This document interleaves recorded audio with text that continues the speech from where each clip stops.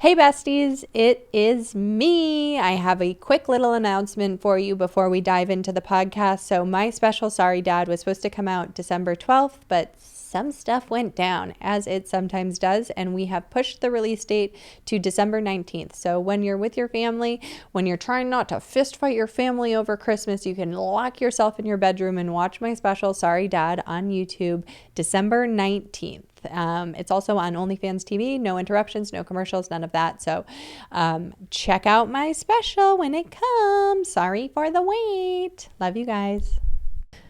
Welcome back to Talkin Schmitt, you guys. I am your host, Brittany Schmitt, and I am so happy to be with you today and only today. What is wrong with me? I can't do that. That's a horrible intro. Oh, okay. Take two. My heart is racing from that crack cocaine coffee Stasia gave me. Okay. Welcome back to Talkin Schmitt. I am so happy to be here with you guys today. I have a couple upcoming shows in the new year. Come check it out. Come hang with Mother. I have January 7th, Portland, Oregon, January 8th, Seattle, Washington, January 27th, Raleigh, North Carolina, January 28th, Austin, and then February 13th and 14th, I'm in Janesville, Wisconsin. March 20th, I'm in London. March 21st, I'm in Berlin. March 22nd, I'm in Amsterdam. And there are more dates being added to the calendar as we speak. So I will keep you posted on those. I'm also going to be with Raina Greenberg on her very first comedy tour, which I'm so excited about. I'll be posting all of that on my site. So stay tuned and check out BrittanySchmidt.com for those. I am back in America and I am so happy to be here in the US of A. I went on a trip and Mr. Manhattan planned a beautiful, wonderful, serene, romantic, wonderful trip in Italy, and it just went all wrong. Oh my God, it went all wrong. Listen, it's the thought that counts. I'm so grateful that he even attempted to plan this trip, but we fully got catfished by a luxury wellness retreat. What is so funny, Mike? Getting catfished by a luxury wellness retreat. Listen, the pictures were so great. We were so excited. Did you come back with a timeshare of Italy? Yeah, no, I'm part owner of the Tuscan Hills. Nice. Tuscany can be a real nightmare if it's done the wrong way. Let me tell you what. No, we got there and, we pulled up and it was an old castle that was restored, and I walked into the lobby, and I always know if a hotel's good by the lobby or not. And I was like, uh-oh. But, I was keeping the faith, and we had 5 days planned of massages and facials, and we were going to turn our phones off and do this whole thing. They had thermal baths and pools and online, it literally looked like it was something you would see on Succession. It was so pristine and beautiful, and it said that the chefs were all Michelin star chefs, and we got there and we got into our room, and our room was okay. And then we went to our first massage, and it was the worst massage I've ever gotten in my entire life. Like, it felt like someone blew up hospital gloves and was just like dunked them in oil and was wiping them on my back. Like, she was using no pressure, and I was like, go harder. It was supposed to be a lymphatic drainage massage. It was supposed to be getting getting all the swelling and inflammation and everything out of my face. She barely touched me. Like, there was a point where I was like, is she blowing on me? Like, what is she doing right now? It was bad. And I got out of the massage, and here's the thing, the whole trip was a gift, right? And when you're receiving a gift, you have to be grateful. And I was just like, yeah, it was a good massage. And Mr. Manhattan was glaring at me, and I was like, oh no, what's wrong? He's like, that was the worst massage I've ever gotten in my entire life. And I was like, oh, thank God, me too. It was really bad. And I think the problem with that is that the whole trip was supposed to be massages and facials and, all of these wellness treatments. And I'm like, I can't imagine having to do that again, because when you're getting a massage that you don't like, it is a form of torture. And if they're not willing to make any adjustments, you are just at their mercy sitting there in a broom closet while an Italian woman tells you that's enough pressure. You don't need more pressure, you know?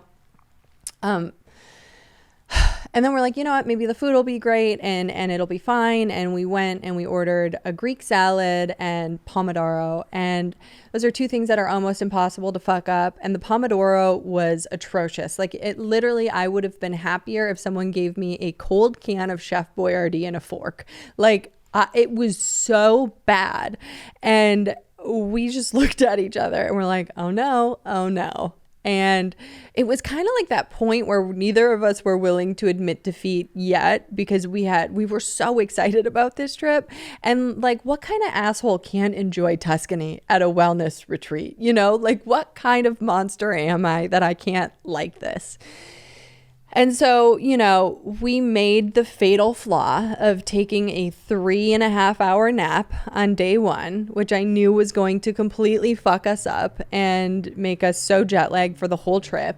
And I've been to Europe enough to know that, like, if you do that, you ruin your whole trip. But we were so gassed. We were so tired. There was nothing to do. The Wi-Fi wasn't working.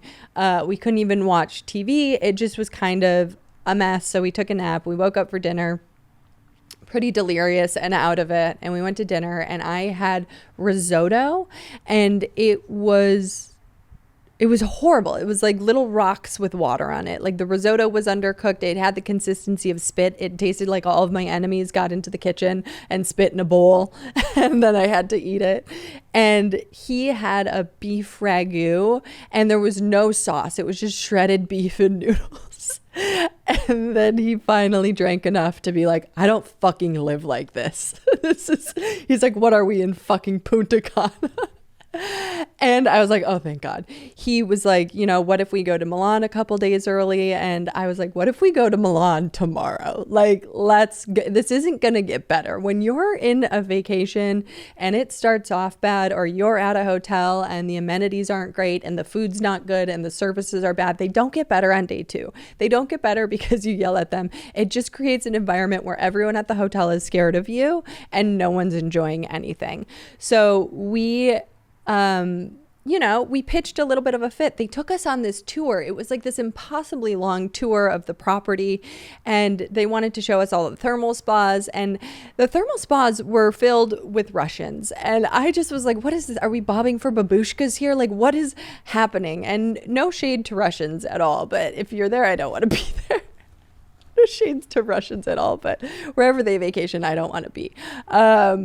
No, that's rude and a horrible thing to say. But I don't know. We got catfished, you know? He was like, this was a diamond hotel. And I was like, in what year? You know? And he was like, well, I guess 2009. I'm like, yeah, that was 16 years ago. 2009 was a global recession. Of course, this was a diamond hotel during a global recession. Like, I don't know. 16 years ago was so long ago, you know? It was like, that's like when Sully landed in the Hudson, and which, by the way, would have been more relaxing landing in the Hudson with Captain Sully than being in Tuscany. Like, it was tough. So we pitched a fit and we're like, we're just going to go to Milan. We had a rental car. But poor Mr. Manhattan, he was so jet lagged and fucked up. We went to bed. He couldn't sleep. He woke up at 1 a.m. He was up since 1 a.m. I woke up at 1 a.m. also, but then I took his Xanax to go back to sleep. So the next morning, he's just wrecked, like so tired, so crabby, rightfully so, that this thing that he had spent so much time planning just didn't go the way he wanted it to go. And, you know, it was a really rough start to the trip. And so I then drove 5 hours north to Milan, and I was going so fast on kilometers. It was like 80 kilometers is what you're supposed to. I was going 140. What's a kilometer? It's none of my business. That's what a fucking kilometer is. I was flying to Milan and he was just sleeping. You're going like 70. Is that 140 kilometers is 70 miles an hour? Something like that, yeah. Which I don't think that's true, because a 5K is 3 miles. So if you're going 140, I think I was going at least 110. Do it. Figure out. How many miles an hour is 140 kilometers per hour? 86. 86? That's all I was going? God damn, it felt faster. I felt like I was flying like a bat out of hell. I was like, You're going 4:05 late to LAX. yeah, fuck. All right. So anyway, I wasn't going that fast, but it felt like I was because I was really blasting. You're around those European pussies. Pussies. So yeah, I flew out of Tuscany. And listen, Tuscany is beautiful. I'm sure in the summertime, here's the thing with Italy. It needs sunshine, because all of the old infrastructure is probably beautiful when it's sunny, but when it's cold and rainy, it just looks like a crumbling dump. And I know that this is not a popular opinion, and nobody's going to agree with me, and everyone probably thinks I'm a fucking brat, and I know that this is not how anyone wants to hear me talk about Italy, but I just think Central Europe in the middle of winter is not the place for any of us. So I'm just trying to do you all a favor and keep you from making the same mistakes that we made. So we get to Milan, and Milan's Milan. It's a city. They try and lump it in there with London and Paris, and they shouldn't. Whoever they is that's lumping that in there, they shouldn't do it, because it was a pretty gray, tragic city. And, the other thing was we just weren't finding great food, which I think is our fault. We didn't do research. Obviously, that's our fault. It's Italy. There's some of the best food in the world there. We went to a beautiful dinner outside of the Duomo, which is this, church that's in the middle. You can go see the Duomo and then you can leave Milan. You need a day in Milan. But we had the rest of our trip. And keep in mind, this trip was supposed to be 5 days in the, Tuscany and the countryside, and then 5 days in Milan. That was supposed to be the split on it. It wasn't supposed to be 1 day in the Tuscan countryside and then, 9 days in Milan. So we get to Milan and we are just battling the gnarliest jet lag. We are not okay. And here's the thing. I think trips that go wrong are better for couples early on, because it's we can go on a trip and it can be magical and we can kiki. And Mr. Manhattan, by the way, and I have done that already. We went to Paris and it went perfectly. We didn't get jet lag. We had the best meals. We had a great hotel. We had a wonderful time. That told me nothing about him or his character. This trip did. Is he prepared for adversity? No. Is he ready for anything to go wrong ever? Not really. No, he was, like I said, that's my little Gemini, It's more of the 27 that I'm familiar with. Yeah. No, I know what 27 looks like when I hire them at the office. Yeah. No, not ready for adversity. But once we got past the jet lag, so we watched The Beast in Me, which is a show on Netflix, which we just binge watched that for 3 days in Milan in the apartment. We barely left. We went out to get a little pizza. We went out for a dinner here or there, but we barely left. And it was just tough because it's we could have done this in my bed and not paid any money to do it, So Sopranos is free on HBO Max. I mean, you don't, and that's the other thing about Europe. You don't get HBO Max and you don't get Hulu. And some of the shows that you get for free here on Amazon Prime, you have to pay for there. We were trying to finish watching American Horror Story and we couldn't because we had to pay for it there. And I was like, what is this fucking dump of a country, this prison of a country that I'm stuck in? And here's the thing. Milan got bombed a lot during the war because they were on the wrong side, obviously. And when a city gets bombed a lot during the war, the cities that I've seen, Munich specifically, it's they're rebuilt really fast and with no character. So there's not a ton of character in Milan. There's not a ton of, there's a ton of history, but it just wasn't the most exciting place to be. So we bounced. We ended up going to Florence for a day, and then tra-la-la, Christmas come early, mama got a fucking sty. I got a sty in my eye. So my eyes welted shut. I'm dealing with the chaos of traveling. When we were taking the train to Florence, the trip did become at some point just an example of Murphy's Law. If it could go wrong, it would go wrong, and it was gonna go wrong. We were going from Florence to Italy, and our train was delayed 4 hours because somebody committed suicide in front of a train. And I had never been more jealous of a singular person in my life before. I was like, God, that could have been me if I wouldn't have taken my Lexapro this morning, that would have been me. But yeah, somebody, tragically took their life and also took our day away from us because we just got stuck on a train. And I was so excited to go to Venice.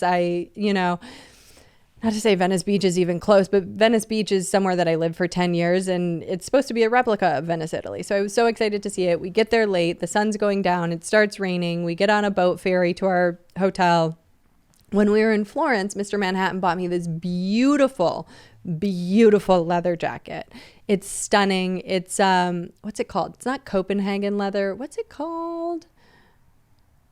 Well, I can't think of the word. It's a beautiful, like, caramely leather. And I know you guys are like screaming into your fucking cars right now being like, it's called blank. And right when I wrap this podcast, I'll remember what it's called. Anyway, we go to this hotel called the Venice. It is it was designed and owned by the people who own Golden Goose. And it is just this stunning,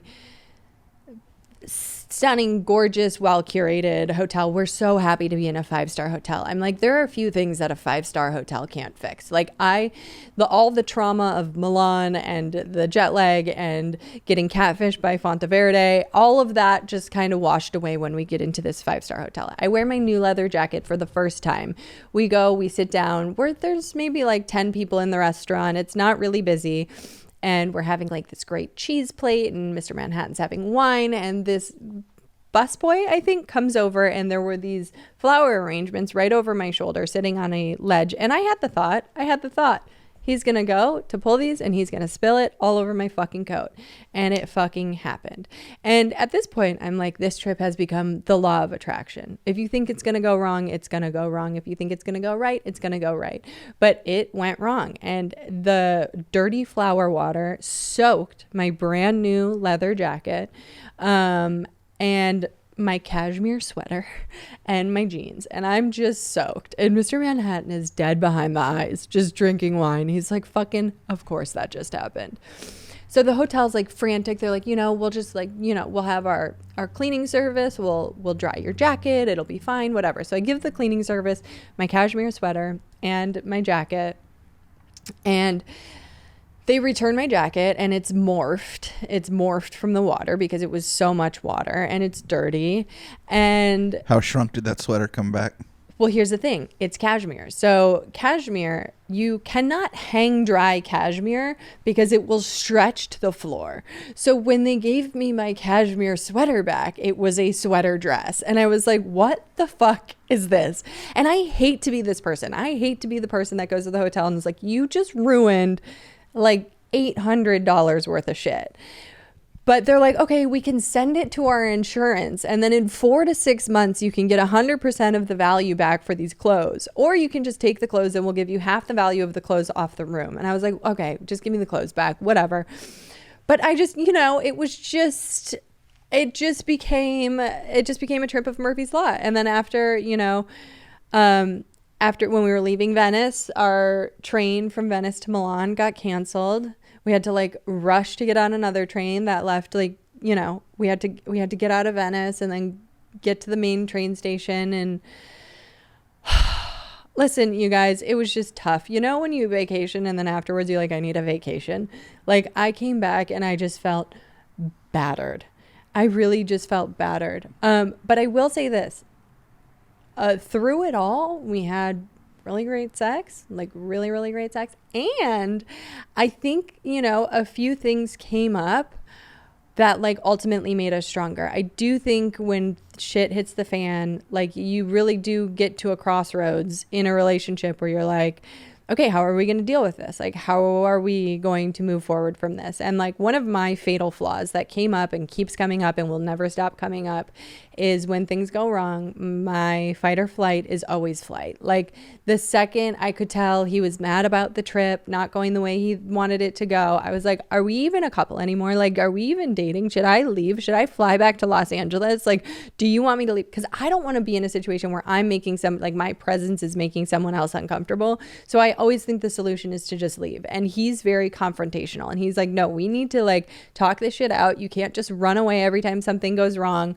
And I think ultimately it was a real character building trip, not only for the relationship, but I think for myself. It's like this relationship is continuing to illuminate things in me that need attention. And I hate it because honestly, I'm just like, I've done all this work on myself. I know better and I still can't act better. And I think I just get scared when like someone's mad or angry. I just want to leave because it really reminds me of my mom, and it feels unpredictable, and I get scared, and I revert back to feeling like a kid. And that's really it's really a shame that like at the big old age of 36, that's how I'm still dealing with things. But what's really great about Mr. Manhattan is that he kind of just stares down the barrel at me, and he's like, no, we got to talk this shit out. Like, he's like, I've never once second guessed you or this relationship. He's like, the fact that like things go slightly wrong for a few days and you want to run away is not great. And I'm like, you're right.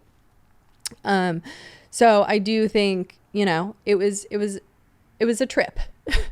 It was a trip. The one thing I will say that Italy is doing better than us, the one and only thing, because honestly, fuck Italy. No, I'm just kidding. Is that food is the price it should be over there. Like a cappuccino is €2.50, not cents, but like $2.50. Groceries are normal prices. Like you don't realize how like actually robbed we're getting at the price we're paying just to stay alive in this country until you go to another country that's doing it right. Meals are not more than $50-$60. Like if you drink wine, fine, whatever, it's a little more. But like I ordered Taco Bell from Postmates when I got home, and it was $50. And I was like, do you want to shit in my fucking mouth? Like, what are you telling me Taco Bell is $50? You ate Taco Bell outside of the Taco Bell parking lot. Whatever happened to you is your own fault.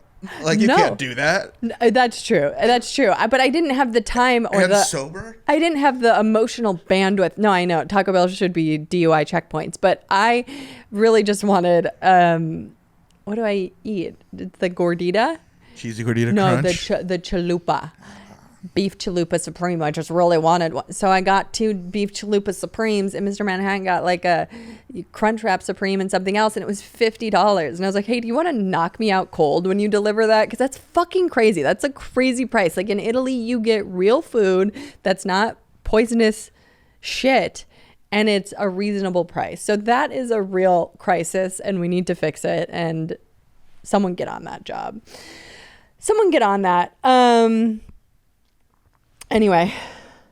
As a fat guy, that had to do with your delivery, because I know what the drive-through cost of things are. No, I know. I'm sure it was. But also, it's like, it's just ridiculous. Like, we just get robbed. But it's still expensive. I went to a drive-through recently, and it was way more than I remember it being. Like, when I was in college, I would get from McDonald's, a double cheeseburger, a fish fillet meal, and they used to have like these cinnamon roll things. Oh, and whatever Kenny was eating, which was a ton of shit also. And it was like $14. Like shit has changed. Shit has gone down in this country that I do not approve of, and we need to fix it. The price of fast food is fucking killing us. And like, I think they did just release something recently that are like, families are opting to eat in more than eating fast food. And I'm like, yeah, because fast food used to be the option for low income families that couldn't afford to make meals. And now it's like nobody can afford anything. Like, I don't know. I just saw something recently that like a family of 4 is spending over $1,000 on groceries a month, which feels unattainable, like unsustainable. I'm just like, how does anyone, I don't know. It's the food situation in this country is a crisis. So somebody solve that and call me. Anyway, I feel like I'm just getting to the point where I realize, like, people are like, these people with their VR headsets are sitting on their couch and they're like, I can see Venice from here. I'm like, yeah, I would do that. I would much rather be on my couch looking at Venice, Italy through a VR headset than having to like weather the storm and go out in the rain and be amongst people who don't speak my language. I don't speak their language. I'm in their country. I don't know what the fuck's going on. I just think traveling has become really difficult for me. I think I travel so much for work, and nobody wants to fucking hear this. I'm aware that this is not a take that anyone wants to hear. They're like, oh, boo-hoo, you went to Italy and you don't like it, you fucking dumb cunt. Like, cry me a river. I understand that this is not a hot take. I just think I'm getting to the point in my life where I've seen enough. I've seen enough of the world that I can't keep up with the jet lag. It fucks me up both ways.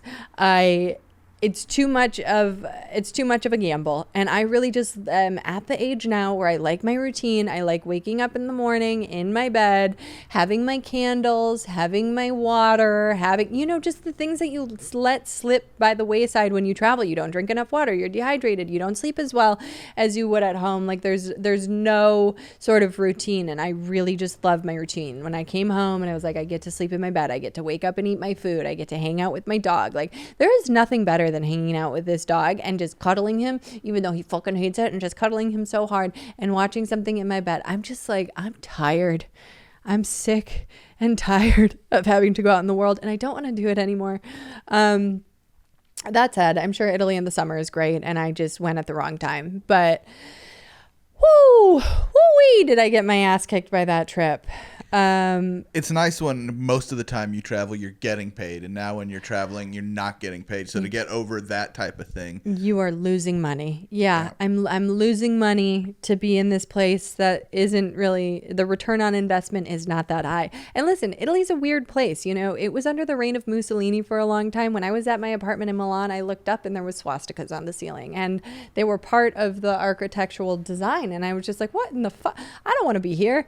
Get me out of this place. This feels creepy. And anyway, it's a communist dump, and don't go. Just kidding. Unless anyone wants to pay her to go, she will be happy to do dates. Right, and then I'll be back. I'll be back in no time. Florence, Milan, Rome in the summer. Yeah, in the summer. Here's the thing. I need the sunshine. I think I just did it wrong. I honestly think if I would have gone to Rome, it would have been fine. If I would have gone somewhere further south, like Tuscany, we started off south and then we went too far north, and then it was like a completely different climate. So anyway, we fucked it up. It was nobody's fault but our own.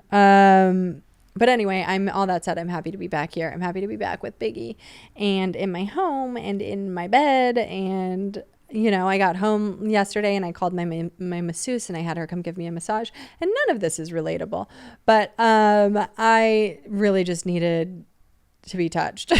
And that's relatable. There you go. Yeah. I really just now we hit it home. I really just needed to be touched. But then I was so gassy from my flight, I farted on her. I know. I just felt it cooking. My tummy was rumbling the whole time, and then she really was getting in there on my glute, and I was like, no happy endings after that. Yeah. You're on your own. She started laughing. She's like, honestly, I've been massaging you for 7 years. It's the first time. That's pretty impressive. And I was like, I am so sorry.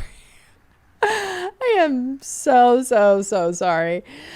Okay, so while I was in Milan, I picked up a book and I started reading a book called The Monk Who Sold His Ferrari. Have you ever read this book, Mike? No. Okay. So it's about a guy who was a really high-powered lawyer and just basically burning the candle at both ends and wearing himself out. And he had a cardiac event in the courtroom. He had to get taken out, and he basically just revamped his whole life. He went to the Himalayas. He found these monks who told him like the secret of life, and he came back and he shared it with another lawyer that he used to work with, and the other lawyer wrote this book. And it's not the best book in the world. It's not super well written. There have been like 6 million copies sold, so it's obviously the message is very profound, but in terms of it was written by a lawyer. Yeah, exactly. So the message is really profound. The book itself is not great, but there was a portion of the book that I wanted to share with you guys that really resonated with me. And it says, success on the outside means nothing unless you also have success within. There's a huge difference between well-being and being well off. I have learned that self-mastery and the consistent care of one's mind, body, and soul are essential to finding one's highest self and living the life of one's dreams. How can you care for others if you cannot even care for yourself? How can you do good if you don't feel good? I can't love you if I cannot love myself. And this is something that, first of all, it's not revolutionary or, a breakthrough thought, but I think a lot of us think we're going to get this thing and then we're going to be happy. And then you get the thing and you're not happy because the goalpost moves and you just want something else. And it becomes this hamster wheel of life. where if you're not grateful for what you have now, more won't help. And I think that's something that I consistently struggle with, because in the career that I'm in, I always want more. I want a Netflix special. I want to make a movie. I want to make a TV show. I want all this stuff. And I'm like, when I get that, I'll be happy. And when I'm working on this, I'll be happy. But it's like, life is happening right now. Like, all we have is today. All we have is this day. Tomorrow's not guaranteed. 3 hours from now is not guaranteed. You could go outside and get hit by a bus. So all I'm saying is, like, finding the happiness and the gratitude for your life right now and the things you have right now is what we all really need to do. And I'm not trying to be preachy. I'm literally saying this out loud so I can remind myself that, like, I don't know. It's great to have goals. We all need to have goals. We all need to be striving for something. I think having a purpose in life is what gives us the energy to wake up in the morning. I think, you know, when I wake up and I know I'm doing this podcast, I get excited because I feel like I have something to live for, quite frankly. But so I'm not saying don't have goals, and I'm not saying don't want things for yourself. But what I'm saying is, like, just a little gentle reminder to be grateful for what you have now. I am so grateful for my life today. I really am. Like, my health, my home, my partner, my family, just my dad. Just my dad, really.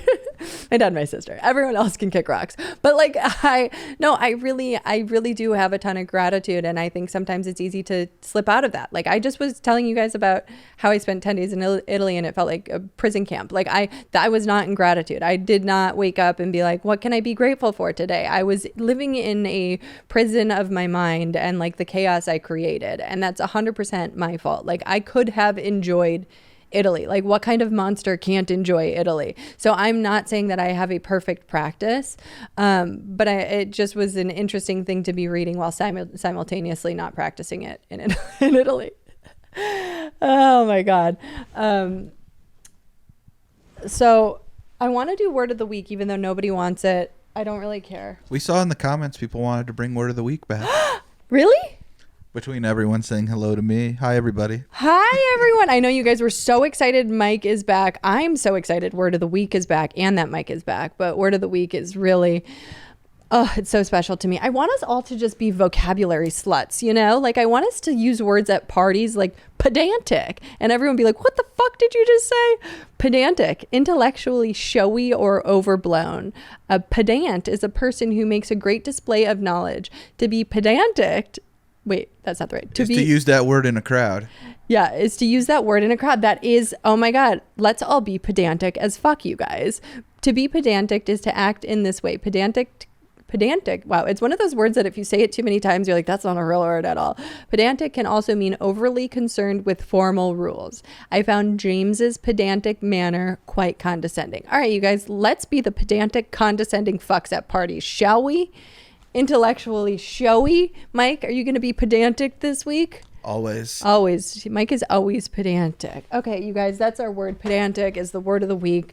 The monk who sold his Ferrari. Oh, this is another thing that came up when I was, I went down this little path of, like, I don't know. There's something that we all trick ourselves into thinking that we're going to get a thing and we're going to be happy. And then, like, I've already said this, we get the thing and we're not happy. But Jim Carrey said, I think everyone should get rich and famous and do everything they ever dream so they can see it's not the answer. And I have so many friends that have gotten everything that they want in life. They are so successful. They have top podcasts. They're in movies. They have everything and they're fucking miserable. So what I'm saying is the work is inner work. It's not outer work. And I think we can do both. We can do both. There can be a balance, but let's all focus on the insides and making sure we're right with ourselves. Meditate if you can. Pray if you believe. Do the things that make you feel good, because life is short and I really do want you guys all to feel good. And with that, I think that's a perfect little segue into our guest today. I am doing a quick little health corner with one of my dear friends, Stasia Patwell. She is a personal trainer and comedian, and she has transformed my body, mind, and soul over the years. And I hope you can take some of the knowledge that she gives us here today and make yourself slightly better with it. With that, enjoy the episode.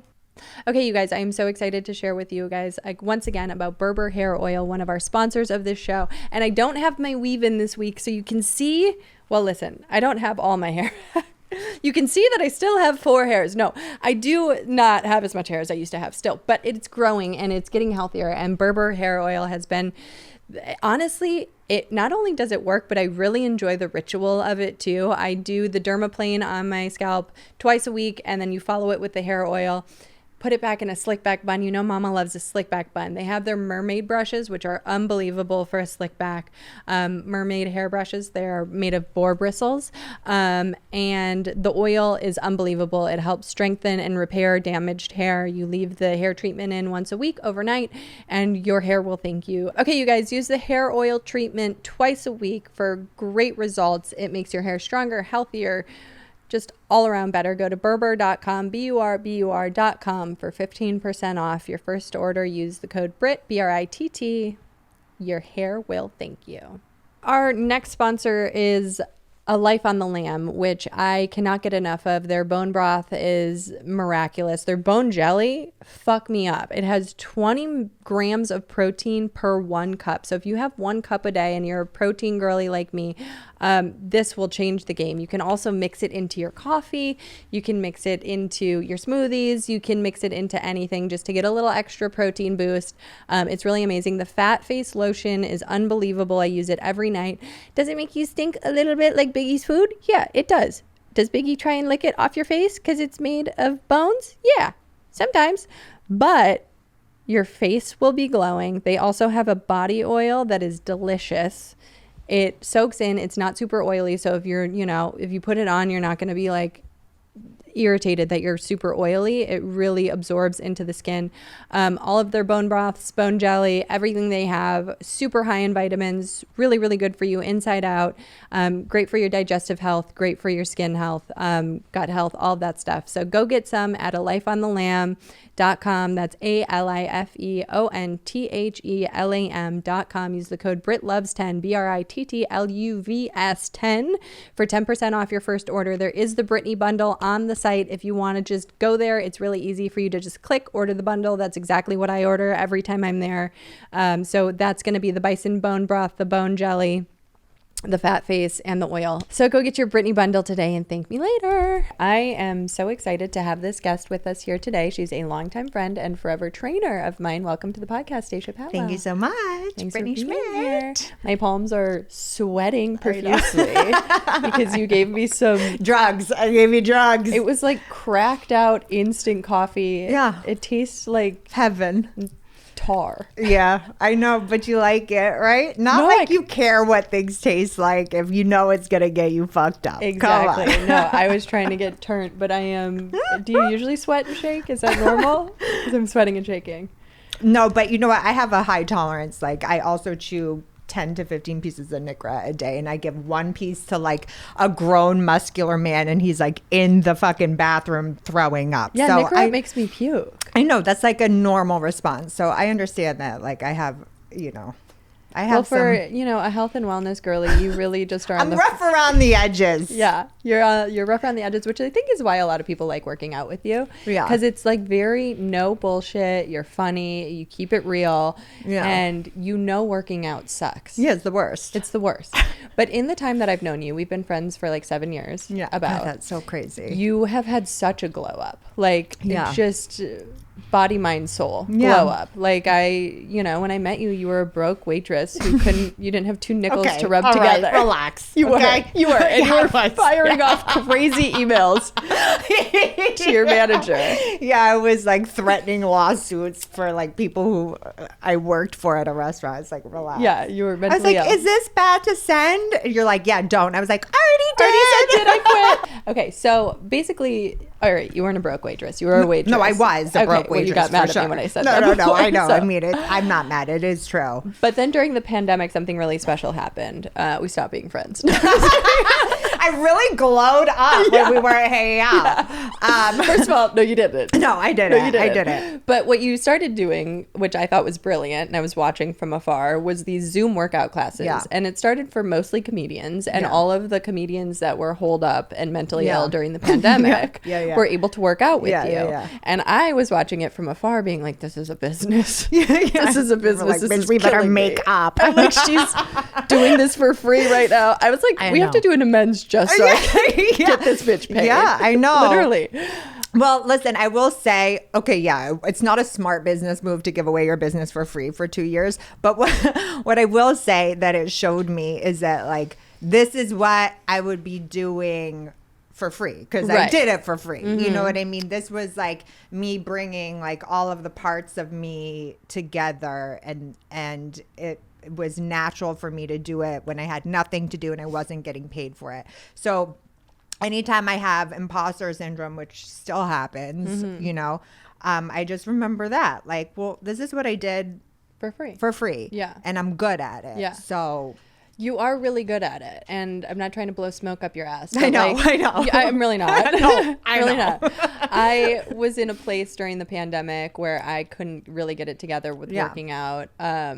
And I feel like your workouts are so hard. Yeah. They're so ferociously hard. Yeah. But you are just kind of a breath of fresh air where you're like, I know this sucks. I know this fucking sucks, but does it suck more to do this for an hour or to hate yourself in a swimsuit? Yeah. And that sort of perspective is really helpful and very necessary. Yeah. And it's like grown your business into an empire. Yeah. Well, I think what the thing is that I give people permission that you don't have to like it. Right. You know what I mean? And why would you like it? Right. Like, working out is fucking hard and it sucks. And I don't wake up in the morning like, I can't wait to work out. Like, okay, it's become more natural to me now because it's my job and my life. But like, I'm not like some Pollyanna who like can't wait to work out at all.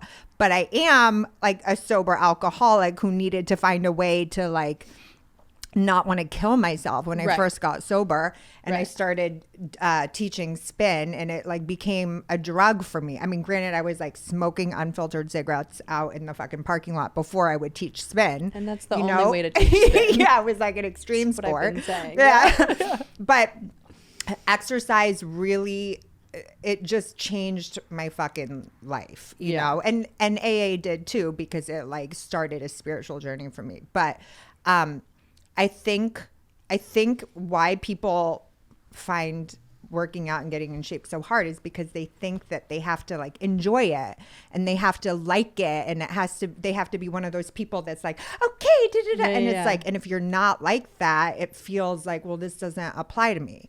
But if you have permission that you don't have to like it and you don't have to be perfect about it, it's okay to suck at it for a long time, then you don't fucking feel like a failure, like you're doing something wrong and it's like not really available for you. And so it gives people permission to suck at it for a long time and not like it. And then you're like, okay, well, I can keep showing up. And it's easier to be consistent if you don't feel like a fucking failure because you're not enjoying it. Right. You know? And I think one of the things that's so special about your program too is it's all online. It's all Zoom. So people do the workouts in their house. Yeah. And for me, I don't like going to gyms. I don't like the guys that creep on you. I don't like people yelling at me to get off machines. I don't like the vibes at gyms.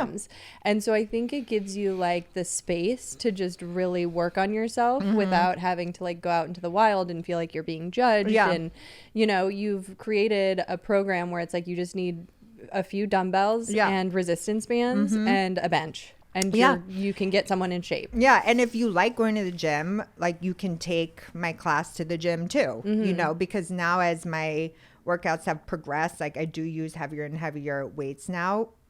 And if you have them and they're available for you. So some people do take their phone to the gym and just like watch my class at the gym. And that way they have access to like more equipment if they want. But yeah, you can absolutely do it from your bedroom, and most people do. Yeah, I mean, I was in the best shape of my life when I was working out with you, doing the one-on-ones, which I don't think you offer those anymore, right? No, you do all School of Thought.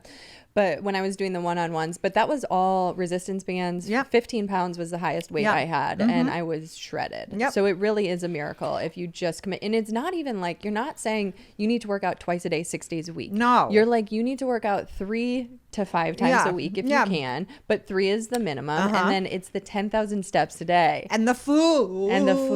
Well, fuck the food. This is where I always get. I know. You lose me at the food. I know. Because I have no joy in my life except for pizza. Yeah, but like being hot brings you joy. I Brittany know, but Schmitt. so does pizza. Yeah, and you can eat pizza too. Well, listen, I think why the program works so well is because yes, it's a fitness program, okay, but really it's an accountability program. And like we don't like, so I have little groups. You're put into accountability group of 5 other women. Every day you have to send in your steps, your food diary, where we give you personalized macros, and a sweaty selfie after you've worked out.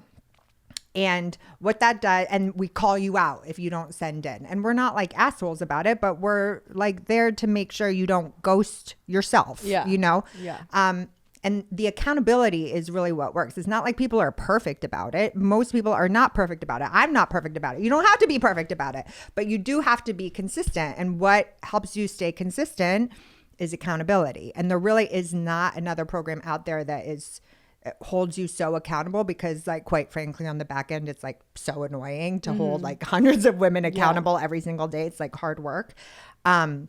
But that's really what does it. And when you were working with me one-on-one, it's like I was making you send in your food diary to me every single night, you know? And that's what keeps you going. It's like, okay, you're not a failure because you fucked up your fucking food diary today, but you're going to try again tomorrow. And you just keep showing up, even if you're like a C student. It's like C's and D's get degrees. Right, You know what I mean?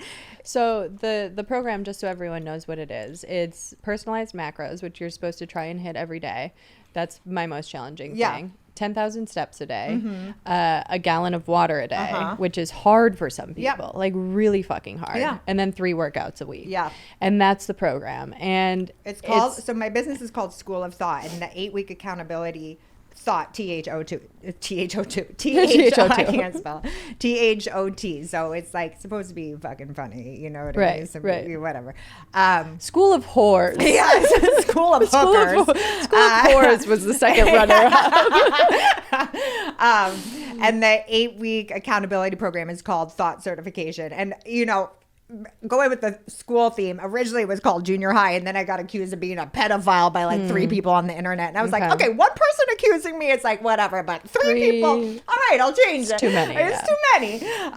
So thoughts junior highs for the hot ones. So Thought Cert is an 8-week accountability program, and then once you've done the first 8 weeks, we have an ongoing program, and we call that PhD. And so we have a lot of women who have been doing the program now for like 4 years, and it's really because it fits wherever you are in your fitness journey, like however fit you are, however fit you're not. The accountability and like the community now that we've built is what keeps people coming back, because my classes are kind of fun because I do talk a lot of shit. And well, she talks a lot of shit and she says funny things like, imagine the hottest guy you've ever seen behind you and you want him to fuck you. Like, well, and suddenly you know, a perfect form, bitch. I don't know what to tell you, you know? But now that, you know, the program has been around for like almost 5 years, we have like, well, it is 5 years because it started in the pandemic. So crazy. Yeah.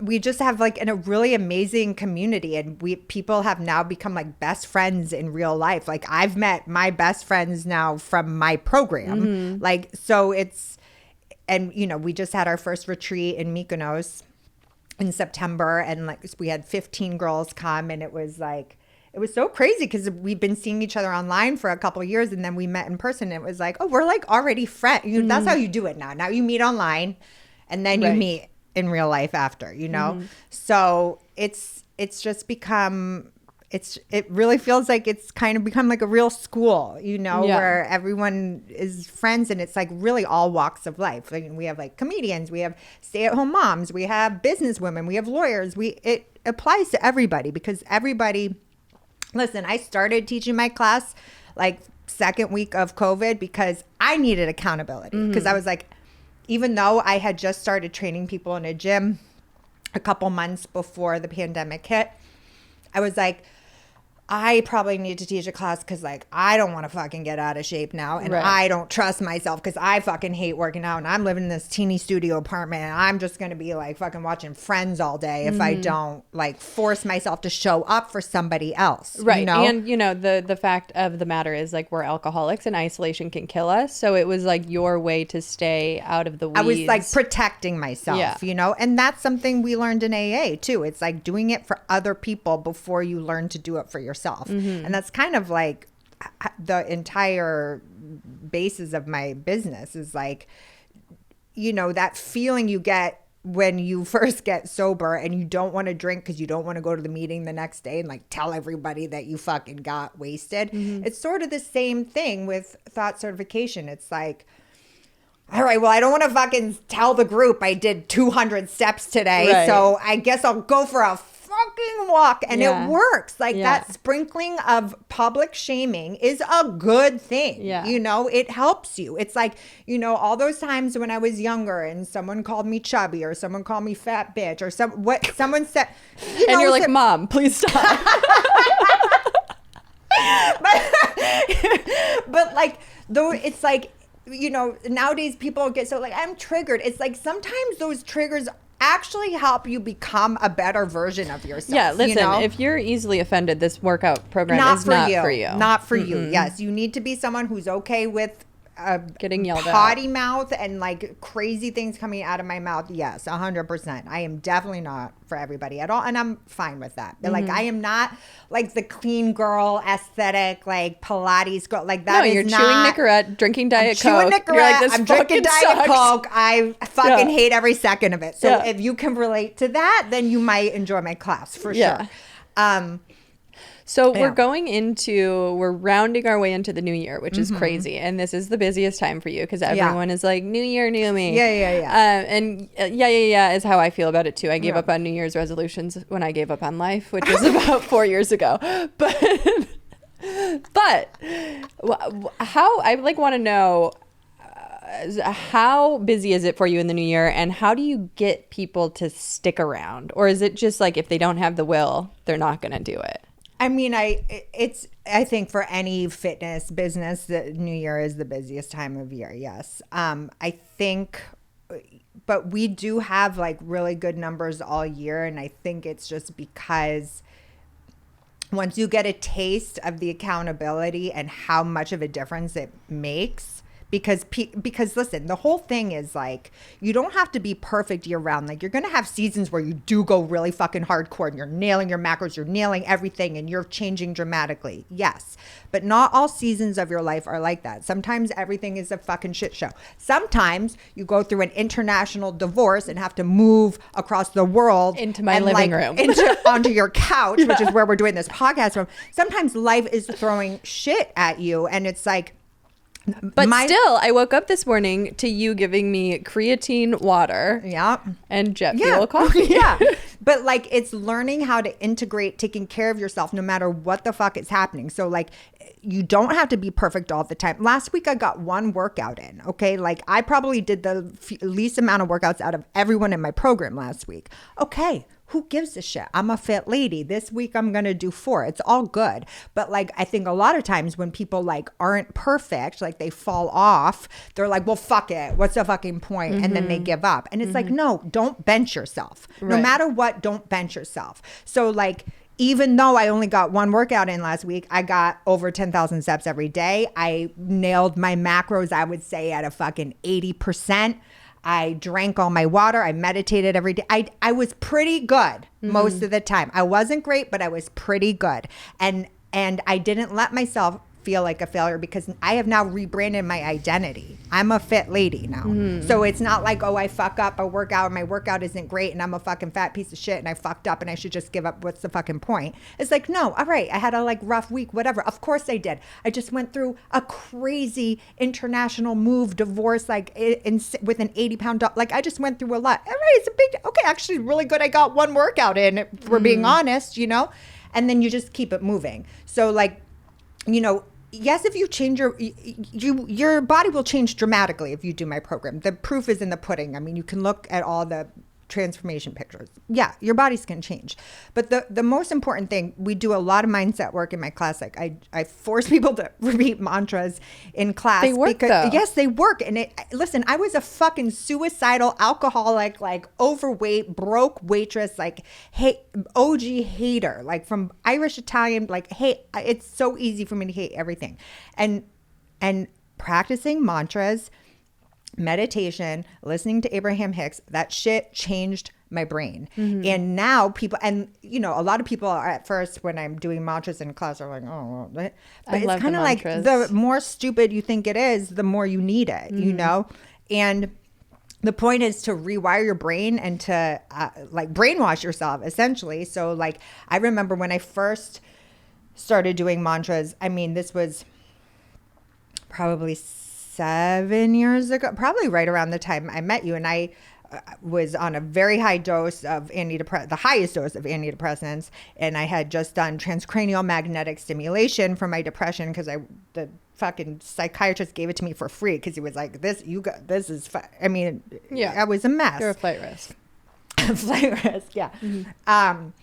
And I was like, all right, well, if I'm not going to actually fucking kill myself, because I actually don't have the fucking balls to even kill myself, then I need to figure something out, because if I'm going to stay here, I got to be able to play this game. So I was like, well, I'm doing the meds. I'm doing the fucking magnet to the brain. Like, I have to go from every angle. So I started listening to Abraham Hicks, which is very fucking woo-woo. And I have listened to it every single morning since first thing when I wake up. And then I started meditating, and then I started writing mantras all over, putting them on Post-its and putting them all over my apartment. And I had a whiteboard in front of my, on top of my sink in the kitchen. And I wrote, miracles are happening on the whiteboard. And there were no fucking miracles happening in my life. Like, it was a disaster. And I made a deal with myself. Every time I pass that whiteboard, I have to repeat that mantra 3 times out loud. And I was like, this is so fucking stupid, but I'm just going to try it because fuck it. At this point, I'll try anything. I don't care. So every time I saw it, and it was a studio apartment, so I see the fucking whiteboard all the time. You know, I was like, miracles are happening, miracles are happening, miracles are happening. I was like, this is like embarrassing, but whatever. So one day I was like taking a poop, and I'm pretty sure I was also having a cigarette, taking a poop, which is like one of the greatest joys of life. Yeah. You haven't lived until you've smoked and taken a shit at the same time. I was, I guess I haven't lived yet because you're going to try it. Today's the day. So I was taking a poop, and all of a sudden I had the thought, without seeing the whiteboard, miracles are happening, which is funny that it happened while I was taking a poop. It was like a very good poop. But I realized in that moment, I was like, oh my God, I just brainwashed myself, because I just had the thought miracles are happening without seeing it. It just came into my head out of nowhere. And that's when I was like, oh my God, this shit fucking works. Like, I did it. I brainwashed myself. So then I was like, okay, there's something to this. Because that's really like, at the end of the day, it's like when you change your thoughts, that's how you change it. You know, a belief is just a thought you think over and over again. And change your thoughts, change your life. If you think I'm not saying miracles are happening next time I'm taking a shit, you're wrong. He's like, if I took one thing from that podcast. Shits are miracles. And when you change your beliefs, that's when your 3D reality changes, you know? So it really is important to, while you're getting fit, to also work on your mindset, because if you change your body but you have not changed anything up here, you're going to go right back to your old habits, and you're going to gain the weight back. You have to start identifying as a new person. You know, you have to literally change your identity while you're changing your body, so that you can hold on to the manifestation, like hold on to the transformation, and hold on to the manifestation, whatever you're calling into your life, you know? So. Okay, so I just read something, and I want to share this with you. It said, consistent exercise can cause the brain to forget traumatic memories. Trauma doesn't just live in the mind, it lives in the body, and the body remembers everything. Regular exercise can help rewire emotional pathways and soften old wounds. Yeah. What's your experience been like with that? Well, you know, now people are really talking about fascia a lot lately, and that it's like quantum, and that fascia holds your... What's fascia? Fascia is like the organ around the muscle. Okay. And they're saying it's like this electric system that holds all your memories and holds all your emotions. And I mean, listen, I do believe that, you know, if you are not expressing your emotions, or, you know, expressing how you feel, energy is not created or lost. It doesn't just disappear. You're like holding on to it in your body, like, you know. And I was just telling you last night, how like your body is talking to you, and you have to really learn, like, you know, in July when I knew I needed to leave my marriage, I started getting this really intense pain in my right hip, and it was like out of nowhere, and it was like debilitating. Like it was really, really killing me. And I didn't know how I did it because I didn't do it working out. It just kind of came out of nowhere. And it was in my right hip, which is your masculine side. Your right side's your masculine side, and your hip, which is like moving forward, making decisions. And I remember thinking like, it's because I need to leave him. My body is like talking to me. And I kept being like, shut up. Like, I'm trying to stretch it. I'm trying, and nothing is working. And I remember thinking like, I bet you anything, I fucking leave him and it goes away. And that's exactly what happens. I left him, and a week later, the pain was magically completely gone. So yeah, I mean, your body does hold your emotions, and it does hold memories. And I think, you know, working out is kind of, starting to work out is kind of like the first, like peeling the onions, like the first layer, you know? But yeah, I mean, yeah, we hold everything in our body. Yeah. The Body Keeps the Score is a really great book if you haven't read it. Okay, tell everyone where they can follow you, where they can find you, if they want to start working out with you. I think we have a discount code for the show. So we're tell them everything. giving a 10% discount to my program's for women only, but we're giving a 10% discount to your listeners for the January 5th Thought Certification, which is an 8-week accountability program. So the discount code, I believe, is BRITT. BRITT. All lowercase. Yep. But where you can go to my you go to my Instagram at Stasia Patwell, STASIAPATWELL, or stasiapatwell.com, and there's all the information about my program there. And if you want to just like try a free class, you can go to my Instagram bio and we'll send you one. Okay. Amazing. Thank you so much for joining us today. Thank you so much for having me. Talk to you Thank soon. you. See you on the Talk couch. to you. See you in 2 minutes. See you when I run into you in the hallway. Okay. I was like, all right, see ya, but you're not leaving. I'm just going to move over to that seat now. Oh my God. Okay, you guys, thank you so much for joining us this week. Go follow Talkin Schmitt on Instagram and Spotify and Apple and YouTube and all of the places that you can get the podcast. We will see you next week.